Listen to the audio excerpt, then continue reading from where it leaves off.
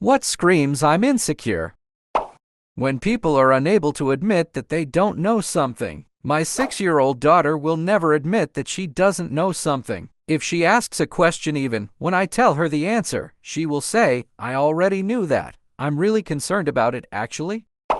I have a friend who is insecure about this and often Googles the topic before he talks. Picked it up when in group chats he's never the first to reply, but 10 minutes later he's suddenly a pro. Or when in real life he never gives the answers but will excuse himself, then later on when he comes back, suddenly knows everything. Tried to tell him it's okay to not know things, but it didn't work.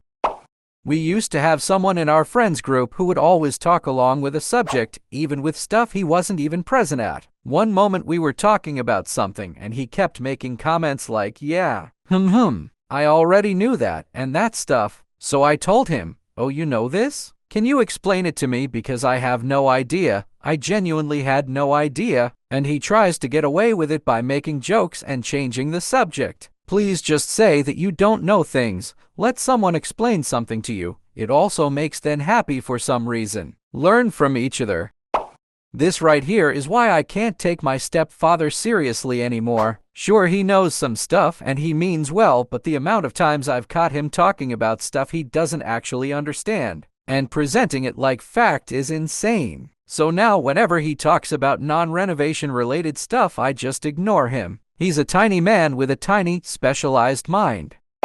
I worked on a technical hotline. We were pretty highly trained, and this was around the time that a lot of work started to be offshored to India. I found out very quickly that pissed off customers handled me telling them I don't know. Let me find out real quick better than telling them something that turned out to be wrong. Some of them had gotten so used to being told wrong that it was almost refreshing for them to hear someone say they didn't know and take time to check the answer. That lesson translated into my personal life. My wife will ask me if I am sure about something. Even if I am 100%, I will say, let me double check. Works better than just arguing about it. Mocking someone else's achievement. It just happened to me recently. After I graduated college, I met up with my close circle of friends and everyone congratulates me, and then there's this one guy who says it's because your course program is easy. Like, damn, isn't saying congratulations that hard? Especially if you're a friend of mine? He got the nerves to say that when he himself got delayed to his own course, even I didn't dare to say it out loud and instead keep encouraging him before he said that blushed. I'm shocked to his words that I cannot respond, but then I'm glad another friend of mine got my back and argues with him regarding that statement. When you're quick to be brutally honest with others, but have a meltdown when someone does it back to you. Look, I'm just being brutally honest with you when I say that you're super weird and really annoying. Don't take it the wrong way. I love you and only want the best for you. Oh, you want to do the same for me? I'm really socially inappropriate and often put people off. You know what? Some things you can keep to yourself. Now look, I'm crying. Why do you do this? That was honest. You're lying. You're not. Gah! Hangs up. People don't understand that brutal honesty is useless as it isn't constructive criticism. For example, you can call someone weird, but only if you can suggest things they need to stop being weird if it's genuinely socially unacceptable and not stuff you personally can't stand. Like, it's one thing to tell them they can weird less people out but not joking about breastfeeding their cats, but it's another to tell them they can't talk about shows they like. This is a good one. There is no reason to be brutally honest, unless you just want to belittle or hurt people under the guise of honesty. If you want to offer constructive criticism, you have to take into account how it will be received. People make mistakes at this all the time, in both giving and receiving. Nobody is perfect, but if you actually care about helping someone do better, you at least care how it is received. If you aren't doing it for that reason, then shut up. Had a great time when one of my friends described how she was going to start living by a radical honesty life system. Basically, it was just her telling people all the gripes she had with them right then and there to their face if they did something she didn't agree with. The second you laid down some reel with her about her own issues, she would have an internal meltdown and start backpedaling and going on the defensive. Don't dish it out if you can't take it. People who tear other people down as a joke but then get mad when they get it handed back to them. Clearly, they either aren't joking or are too sensitive to be dishing out. I absolutely hate this kind of people. If I hate somebody and my ego won't let it go, I'll just tell them. I'm not going to pretend it's just a joke when it clearly isn't. There is one amazing life hack for this situation, though. People who insult others as a joke are super scared of confrontation, so when that happens, just make a scene and they will be scarred for life. How about when their first resort is violence? I knew an hole like that in an old friend circle, constantly ting on certain people who never did them wrong, but when met with a witty comeback, especially if it got a chuckle out of others, it was straight to punching. The tighest thing was that most people looked past it to keep including this dip because they knew him since elementary school, and if people fought back, they were chewed out. All that. Always talking badly about others and trying to make them look weak, bad. I knew a mother and son who would always be the quickest to gossip and point out the negative about so many relationships and other people in general. I used to think that they're being very realistic and observing people and their flaws, till I saw their true colors and realized that they were a very insensitive, cruel and insecure lot who couldn't handle it being dished out to them. I have had plenty of extremely toxic coworkers, employees who live for being like this. I treat people with respect and benefit of the doubt and don't easily get agitated, so these people love to talk about me that I was spineless or fake or something of the sort. It only encouraged them when it didn't bother me. My mentality has always been I can't control what people think of me, so why let it bother me? And as long as the work is being done, there's no need to micromanage, so I encourage people to joke around and have fun at work. It's kind of funny how fast their tones change whenever they decide to come at me one-on-one. It's then I show them I am discreet with putting people in their place, but I will absolutely take action when the situation calls for it. It's also sad that some people won't respect you at all until you prove that you can and will lay down the law. Really makes me feel bad for them. Like, what kind of life are they living that they want people to yell at them in order to, respect you? Caught a giant red flag in a new relationship when I was telling them about my close friends. I was planning on introducing them to my friends and wanted them to know a bit about them. As I was talking about how creative and clever one of my friends is, they interrupted me to say, "Why are you saying such nice things about these people? They can't be that great. Tell me the truth. What are they actually like?" At that moment, I realized that they truly thought it was normal to talk badly about others behind their backs. The relationship didn't last long after that. Constantly saying what kind of person you are. If you were, you wouldn't have to tell us. My workplace is being taken over by another company. When we met the new boss, he told us he was very kind and had a pure heart, and the historical figure he would most liken himself to us, Mahatma Gandhi. Then he proceeded to tell us we'd be getting pay cuts, he wouldn't hesitate to fire us for minor mistakes, and he plans to make his first million within 2 years. I see you've met my mother. If you point out that she's done something to hurt you, she'll spend at least an hour trying to twist things and make excuses rather than take responsibility. Then she'll complain about how long she's been talking. Meanwhile, it would take less than 5 seconds to simply apologize. Talking to her is always a unique experience. Thank God I recognized how messed up this whole endlessly merry-go-round of being unaccountable is, and went to therapy to learn better habits and improve my communication. I had this problem when I got my first really good job that paid me a salary that took me out of poverty. Nobody in my life congratulated me about my new job, so I found myself talking about it and bragging about how much money I make, hoping that someone would recognize my accomplishment and be proud of me. Instead, it turned to jealousy and annoyance. They were all still in poverty, and none of them were proud of me at all. Self-serving compliments aren't always about insecurity. Sometimes you just want your family and friends to be proud of you and recognize your growth and accomplishments, and when they don't, sometimes you keep trying, which turns into them thinking you're always just talking about yourself. The reality is, people should tell others they are proud of them more often. As someone who plays a narcissist, I often joke about how amazing I am, or how why I am, or how I know everything in jest. I agree. Personally, it may have stemmed from years of bad relationships, and one day I decided that if they're not gonna compliment me, I will compliment myself. I like to think most people know I'm messing around. It doesn't really help with the insecurity or self-confidence, but at least it makes people laugh, and that makes things a little easier, I guess. Talking about how much money you make and buying things to show off how much money you make, most of the time it's debt. Edit for clarification, I'm referring to people who brag about their money, not wage discussion between people in similar occupations. My sil, who never worked a day in her life and she's almost 40, constantly does this. Her husband is a rich plastic surgeon who's like 20 years her senior, and all she does is look down on others who don't have her wealth. It's super infuriating cause she didn't even earn it herself. She dropped out of school at 18 to get married and have her kids, yet judges single moms, working women, calling them time moms cause they can't afford to stay home, and bragging that she's in a higher social circle than everyone and eats better food so she will live longer. Insufferable, but I always thought she must secretly be super insecure about something.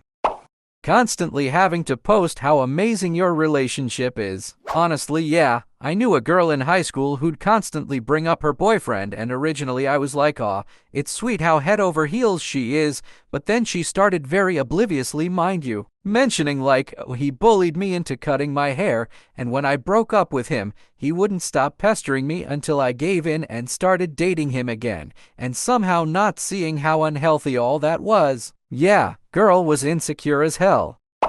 I'm in a group of 3 girls where we've become pretty close friends. The one girl has a husband who is not great. I know he has a criminal past, and he just seems to be full of. He just did a stint in court-mandated rehab for breaking the terms of his probation. Meanwhile, she told everyone he was in the hospital. He just came home and she's back to posting on Facebook about how wonderful he is and how happy she is that he's home. My other friend and I are contemplating staging an intervention of sorts because we're honestly concerned. But we're not sure how our friend will react. We're concerned with some that he's been putting their family through, but we're nervous that our friend will just shut us out. A good rule of thumb is that the more a couple posts about their relationship, especially if they are very invasive and reveal information the public should not know, whether it be directly or indirectly, most people do this with Shorts, Reels, or TikTok. The more I know that there's a lot of turmoil going on in the relationship. Lots of insecurity there, and I've seen many hopeless romantics go about it this way. 2T also just so happens to be an easy way to spot a hopeless romantic too. Different relationship every 3-6 months is not good decision making on picking a partner in my opinion, but this is all my opinion and my best guess on insecurity on people on the internet by using Twitter and Instagram for like 7 to 8 years now.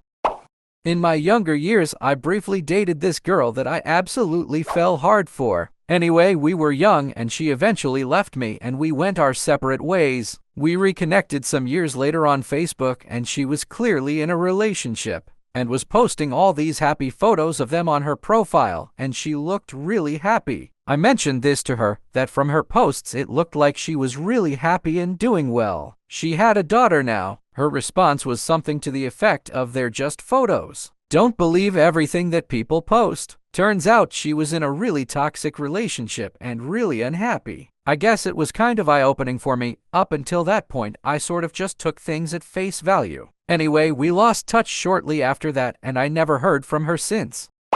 I have a friend who is like this kind of. If you know a topic, she'll be an expert at it and know more, or act like she's an expert and talk to you about said topic like you have no idea what the topic is about. For example, I had alopecia for 4 years way back in 2013. I know everything there is to know about it and what works, what doesn't, etc. Long story short, you can try fix it, but there really is no definitive cure. It's just an autoimmune disease. You can do stuff to make you feel like you're trying, but that's about it. My friend gets it last year for the first time. She's telling me that her doctor said this and this, etc., and that my doctors were wrong, and that the real truth was I was lacking in vitamin A, B, C, etc., etc. What you should have done was X, Y, Z. And I actually have a type that you didn't have. It's called Areata, and I'll tell you all about it. She took an extremely low and risky take when we were discussing cancer. My boyfriend's sister has cancer and she is dealing with it outwardly at least, extremely well. My friend's mother had cancer and she did say, look, if she is ever upset, she can talk to me. I know all there is to know about it, and when I said that's cool but she seems fine and is getting by, her response was, it sounds like she doesn't have it as bad as my mom had it. Or maybe people deal with it differently. I know she means well, but she is very overbearing. My teacher came to Sweden back in the 50s after his dad fled from the Nazis, and he was the only non-Swedish kid, and once his principal was having a meeting with all the kids or something and was asking questions, and he looked around and saw he was the only black-haired kid in the room, so he started to belittle him and saying he probably didn't know Swedish, and all the other kids laughed at him for being an immigrant, and he thought to himself, I will prove you wrong. He's now a professor and has mastered 5 languages including Swedish and is literally the smartest person I've ever met. I think it's a really inspirational story I wanted to share. Nothing wrong with using other people's lack of belief in you as fuel. Most successful people do this, focus on all the things people told them that they couldn't do and then put in the effort to do it anyway. I don't see it as insecure but more as motivation. Plus, it wasn't your professor's place to tell you can't be something. It's his job to teach, so F that guy. Not sure if you're into the NFL, but Tom Brady is notorious for using the fact that he was drafted number 199 as his fuel to prove everyone wrong from more than 20 years ago to build a Hall of Fame career. I think most successful people have some variation of this motivation. People who can't think or feel anything without being told that it's okay to do so. I still struggle with this. I grew up with not too good parents, and if I were to, for example, show sadness because a family member that I like just died, if my mom didn't really have a good relationship with them, my mom would instead ground me for a week because I was showing empathy to someone she didn't like too much. It happened so much to the point where I could hear the worst news I've ever received in my life and carry on 2 seconds later like it never happened. As a person who experienced this firsthand a lot, it creates a huge amount of bottled up emotions that needs to be emptied into the right hands. Elaborate Instagram and Facebook posts declaring love for one's significant other over and over and over. I knew a guy that did that for most of 2021 and last year. Annoyed the ever-loving crap out of me, but I was trying to be cool about it. One day it got worse after she finally broke up with him, and it was sad boy posting non-stop. Not taking it anymore, I decided to block him. What really pissed me off was that despite all of his flaws and insecurities, people still showered this guy with love and attention. I'd be lying if I said that didn't make me jealous.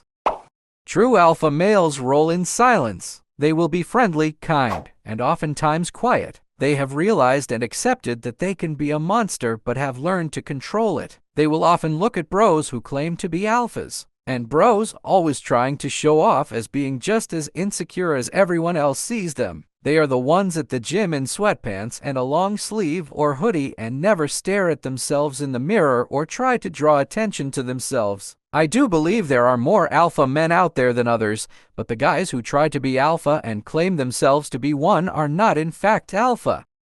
Making being seen your main focus in life. Lifestyle brands that signal to others that you have money are Extreme or some other garbage. Monster, Salt Life, Truck Nuts, etc. Live your life for yourself. Stop worrying about what others think about you. The emptiest can rattle's loudest. I'm going to have to walk a fine line with this one, but I'm convinced the entire millennial generation in China and Gen Z are deeply insecure. I was there around 2009, right before smartphones took off, and again in 2018 visiting my wife's family. The difference was staggering. Everyone constantly taking selfies everywhere they went, trying to show off at every opportunity. Restaurants, clothing stores, any landmark or attraction. Pictures of food, brands, cars, etc. And the young women feel compelled by society to dress up every time they go. You can't take the trash out without at least some mascara and eyeliner. It's like it's become a nation of gaslit influencers. And the worst part is every photo is heavily edited so no one looks like themselves. There's an entire industry of apps just to make your face look prettier. My wife is from Shanghai and she gets mocked by her cousins all the time for not using filters. We had to pester her dad to stop using filters on our 2-year-old because it looked nothing like him. It's super depressing how insecure modern Chinese culture has made them. I have no issue with people who genuinely like to present themselves a certain way and dress nice, but when the societal pressure is that bad, yikes. Posturing, putting other people down for not being as reckless as you. I work in construction. Also threatening violence at the slightest insult, perceived insult. A drunk Mexican dude, he was speaking Spanish to the waiter, was staring at my girlfriend's cleavage at a family restaurant. Her sister pointed him out and I asked her if it bothered her and she said no, she's used to men staring. I just keep eating, but her sister's boyfriend said under his breath that I don't seem to have any balls as he's miming punches, obviously insinuating if he were in my shoes he'd have started a fight. I let it slide 'cause I'm not gonna change his childish mind, but what was I supposed to do? Google Translate, keep your eyes off my girl, and then beat the out of a dude eating alone with 8 empty Corona bottles in front of him? If he were disrupting our dinner, that's another story. But staring isn't a crime, it's just rude, so I let it slide because there's no scenario where intervening goes well for me with her mother sitting right there. Why risk jail, injury, putting her in a dangerous situation? Ego, that's why. Sad because he seems like a smart dude. I really hope his high school mentality leaves him one day. The obnoxious need to respond to people's struggles with, well, I did X, Y, and Z and did it better than you. What's your excuse? The last person who did this to me was bragging about getting straight A's in college, but conveniently left out that her family was still supporting her, and she had a boyfriend who provided a steady supply of Adderall and cocaine. I was barely staying afloat while legally homeless and completely broke while dating an abusive, so comparing situations to someone who was struggling when you clearly had loads of advantages that the other person didn't, while also trying to make it sound equal, just so you can make it sound like they were lazy. That's tie of you. You're not special because you managed to do more and go further with more. It's tie and cruel to pretend like you are. People who overgive of themselves and are generous with their time, money, bodies, and mental health to the point of losing their own identity. I used to be one. I felt called out at first, but my God, you're absolutely right. I spent nearly 20 years of my life like this until I learned it was all attributed to undiagnosed autism and the injustice I faced being raised by my narcissistic parents who took the easy way out by expecting me to snap out of it. But for the first time since this whole epiphany began, I've had taste of real, genuine confidence. And the burden I carried constantly seeking their approval is finally gone. The knowledge I've gained is something that has shaken me to my core and changed everything about who I am. Now, I have career goals I'm actively working on. I've cut people out of my life. Parents to be included if they don't shape up. I'm changing my eating habits. I've quit smoking. I've quit drinking. And so much more. All within under only 2 years. I even got my first interview for a graphic design job. Didn't get it, but I made the cut for top 34 out of 300 other applicants. 100% self-taught too since this all began, and I won't ever stop. Anyway, thanks for your comment here. I appreciate your transparency a lot, and I just wanted to share a bit about my experience on this. It's been such an amazing revelation.